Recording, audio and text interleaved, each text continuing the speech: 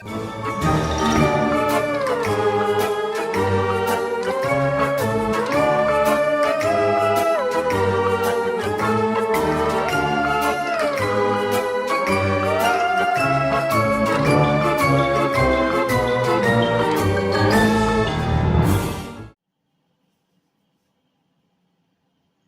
know what time it is. You know what month it is. You saw the freaking intro of the last video. You guys should all know what's coming. Let's dive in, shall we? What's up? What's happening? What's going on, everybody? Welcome back to Animation Station, your number one stop station for anything and everything animation. Happy spooky season. Happy October. Welcome to Halloween X3. Scoobies, snacks, and spooks. This is a month where we're going to be trying to knock out all the other Scooby-Doo movies that I have yet to cover. I've reviewed a couple of them in the past, yes. I reviewed a good bit of them, but there's still a whole truckload of them left. Here are the ones that I've already reviewed. Well, actually, first, I guess I should give you my special little intro.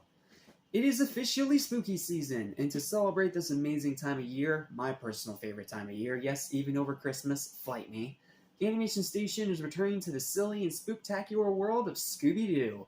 For the next 31 days, we'll be going through a ton of the movies and giving them their own proper full reviews.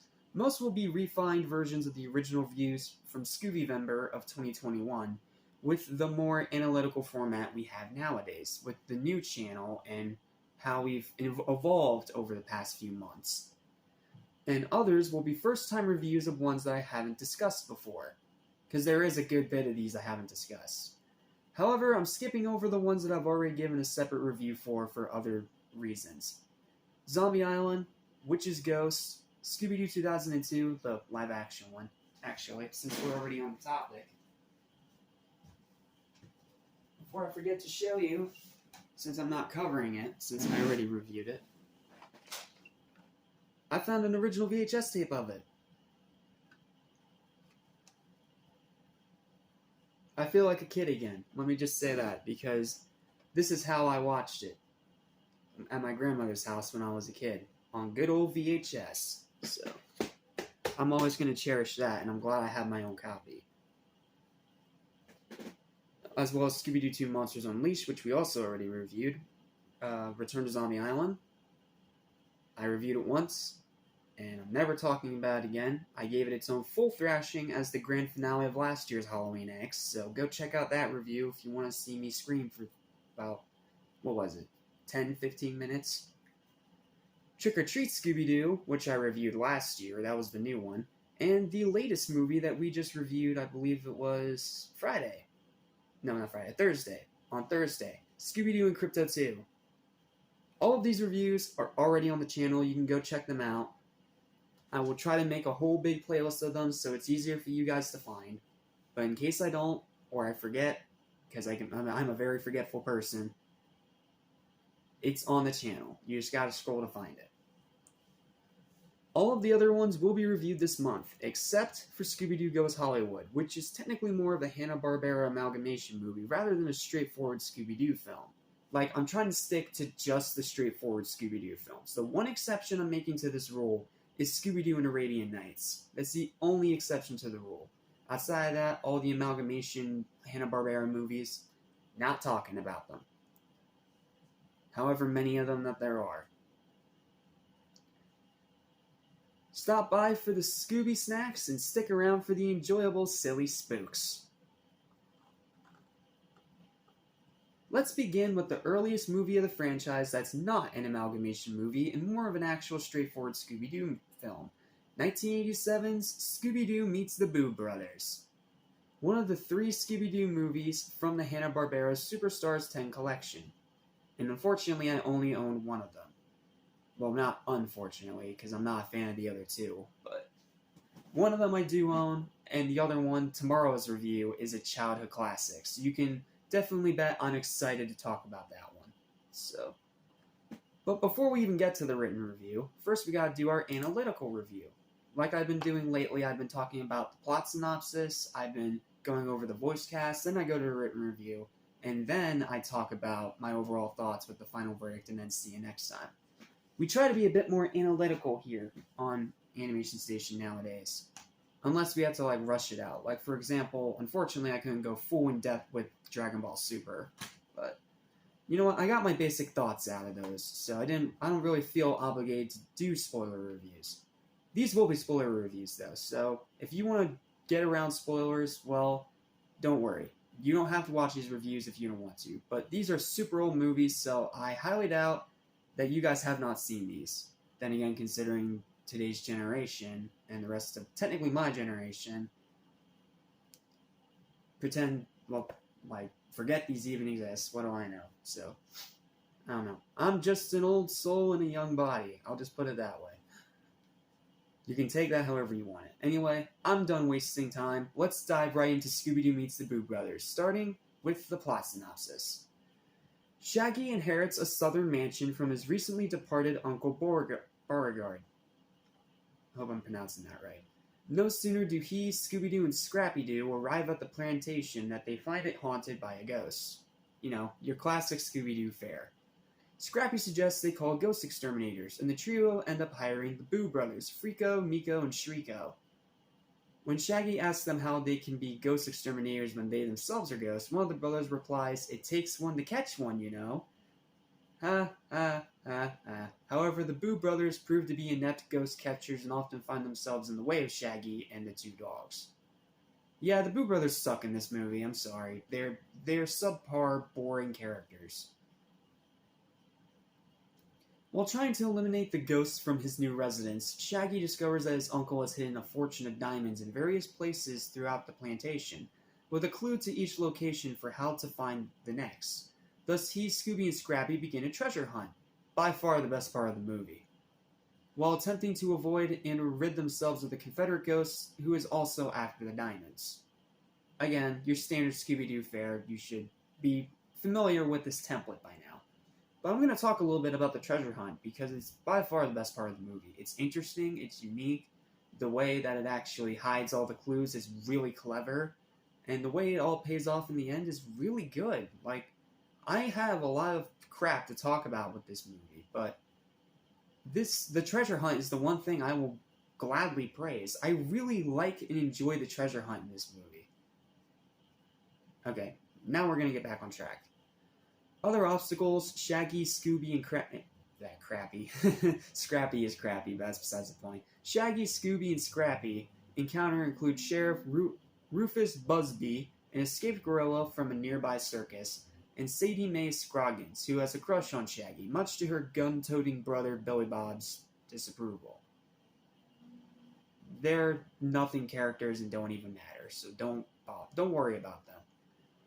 Eventually, they catch one of the ghosts and find the treasure. The villain is unmasked as the sheriff when another sheriff arrives. The real Rufus arrests the imposter and reveals him to be his twin brother TJ.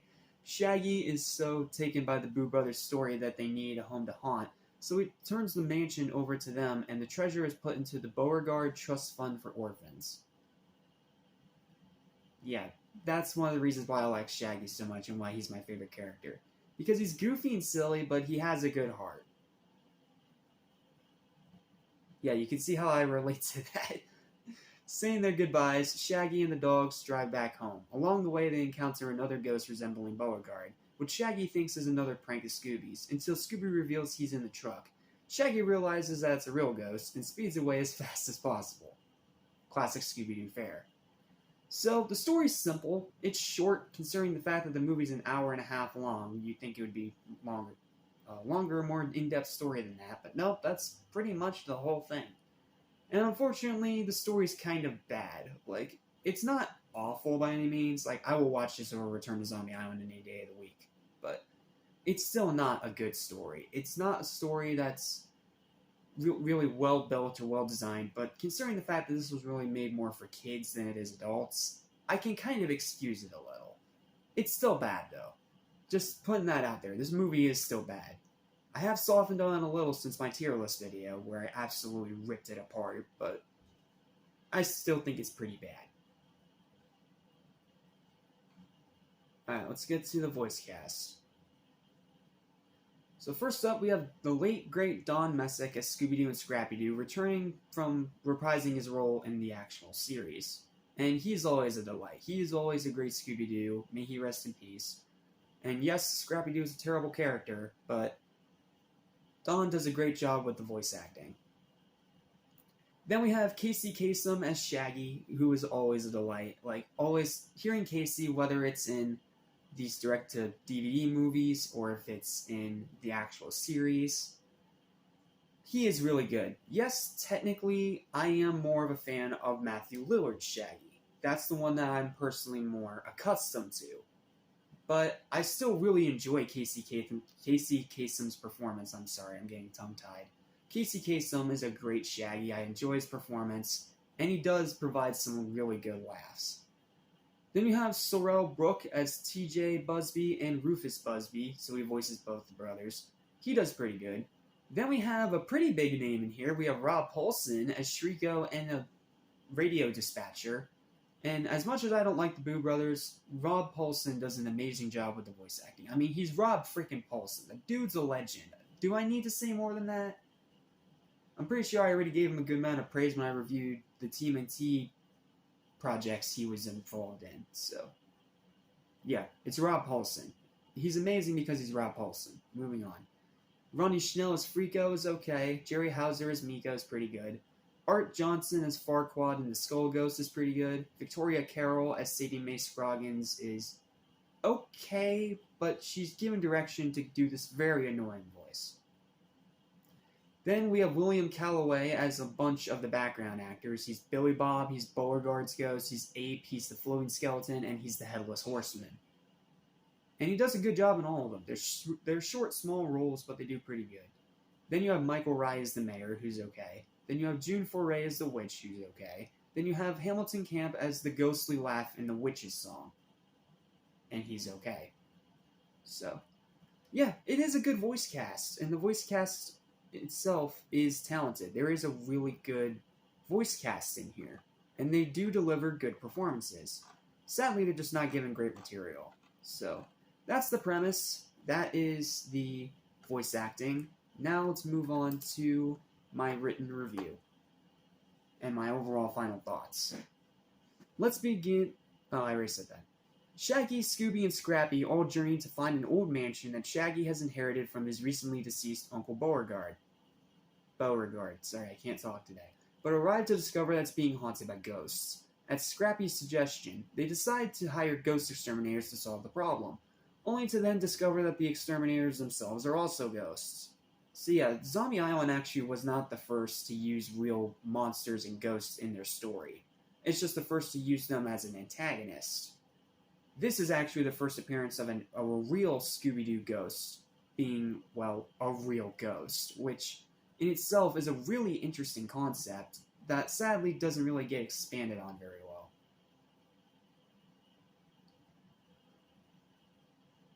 Add on crazy neighbors, an escaped ape from a nearby circus, and an unexpected treasure hunt, and the trio definitely have quite the chaotic conundrum.